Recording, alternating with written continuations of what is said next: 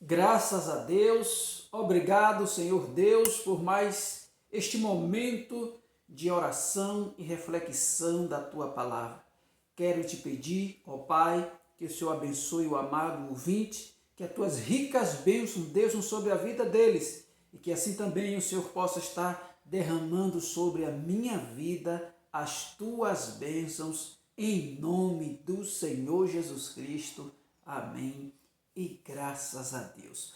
Hoje eu quero conversar com você algumas coisas que o apóstolo Paulo ele ensinou na igreja dos Efésios.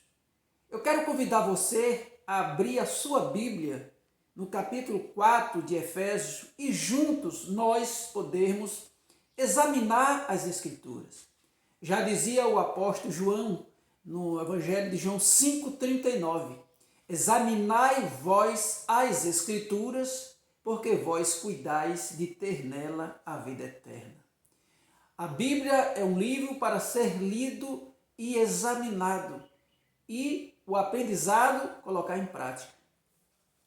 E quando eu olho para esse texto, eu aprendo muito, porque aqui o Senhor Deus, Ele nos ensina, principalmente nós que fomos chamados como pastores, outros doutores e tal, o Senhor Ele ensina como é que nós devemos prestar este serviço. E é isso que nós vamos ver a partir desse texto. Vamos lá? Pegue a sua Bíblia, louvado seja Deus, e vamos caminhar junto. O primeiro versículo diz assim, 4:1. Como prisioneiro no Senhor, rogo-lhe que vivam de maneira digna da vocação em que receberam. Olha só, ele diz como prisioneiro de Jesus Cristo, aqui o apóstolo Paulo dizendo, como prisioneiro do Senhor Jesus Cristo, eu estou rogando a vocês que vocês vivam de maneira digna da vocação que receberam. Primeiro você tem que entender que tipo de vocação você tem. Você foi vocacionado para quê? Foi para pregar a palavra? Foi para louvar, cantar? Foi para ensinar? Foi para quê? Olha só o que está escrito no versículo de número 11. E ele designou alguns para apóstolos, outros para profetas, outros para evangelistas e outros para pastores e mestres, com o fim de preparar os santos para a obra do ministério, para que o corpo de Cristo seja edificado. Vamos analisar aqui, louvado seja Deus, a fala do apóstolo Paulo. Ele está dizendo que nós devemos viver de uma forma digna da vocação em que nós somos chamados. Agora você vai aqui nesse versículo 11 e você vai se encontrar. Qual é a sua vocação? Deus chamou você para quê? Pronto. Você identificou o seu chamado? Foi para o ensino? Foi para o evangelista, para o evangelismo? Foi para o serviço? Você vai se identificar. A partir do momento que nós nos identificamos com o chamado de Deus em nossa vida, mediante os dons ministeriais, aí nós entendemos a fala do apóstolo Paulo. Como prisioneiro de Deus, ele está dizendo que nós devemos viver de forma digna da vocação em que foi chamado. Porque exige que nós possamos dar um exemplo, ser modelo para todos. Agora preste atenção. Por que é que nós precisamos ser um modelo para todos? Porque o apóstolo Paulo, ele completa o versículo dizendo, esses dons que Deus nos deu, os dons ministeriais, certo? Esses dons não é para a sua exaltação. Esses dons não é para nós se exaltarmos, acharmos que nós somos melhores do que os outros, porque isso é uma grande mentira.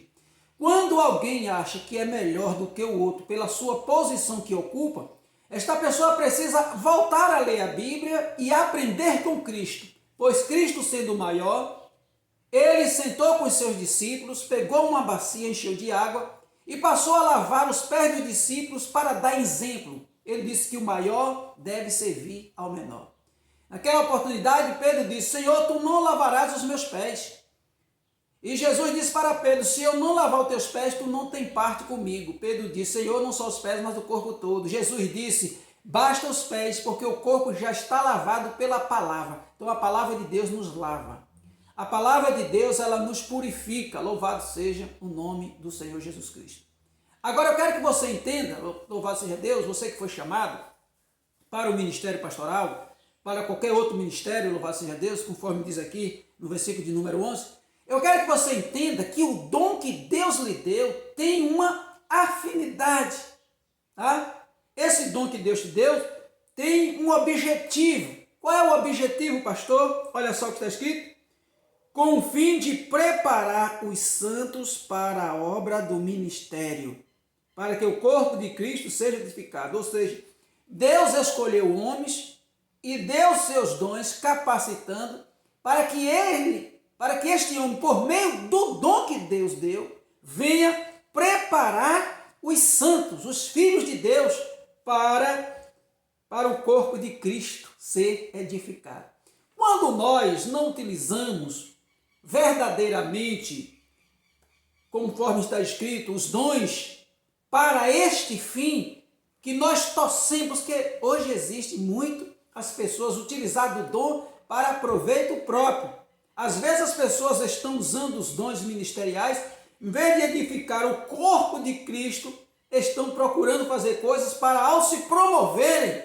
É verdade, querem se promover através dos dons, para alcançar cargos elevados, pensando em uma mudança de vida. Deixa eu falar para você aqui, não foi o objetivo de Deus chamar homens e dar os dons para esse tipo de coisa, não. Se você quer crescer na vida, trabalhe, louvado seja Deus, trabalhe, abre empresa, porque os dons do ministério não é para enriquecer homens. Então, se alguns homens têm se enriquecido por conta dos dons, ele está usando os dons para proveito próprio, e a Bíblia diz aqui que os dons devem ser usados para preparar os santos para a obra do ministério, para que o corpo de Cristo seja edificado.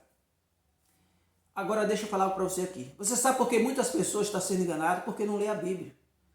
Não lê a Bíblia. E nós temos que ler as Sagradas Escrituras. Examinai-vos, pois, as Escrituras, porque vós cuidais de ter nela a vida eterna. A gente precisa ler as Sagradas Escrituras, meditar, pesquisar. Nós precisamos ir a fundo. Quando nós lemos as Sagradas Escrituras, que entendemos o propósito de Deus, a gente não é enganado. E a gente percebe pessoas querendo utilizar dos dons para auto se promoverem, para auto se apresentarem nos lugares, sabe? Em nome de Deus, esse não é o objetivo da palavra. Não é o objetivo.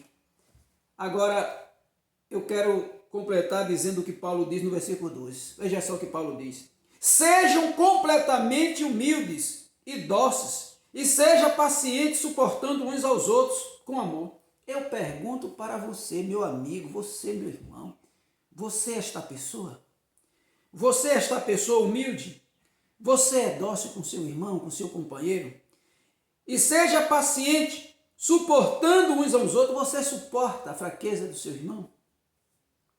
Você suporta? Suportando uns aos outros com amor. Faça todo o esforço para conservar a unidade do Espírito pelo vínculo da paz.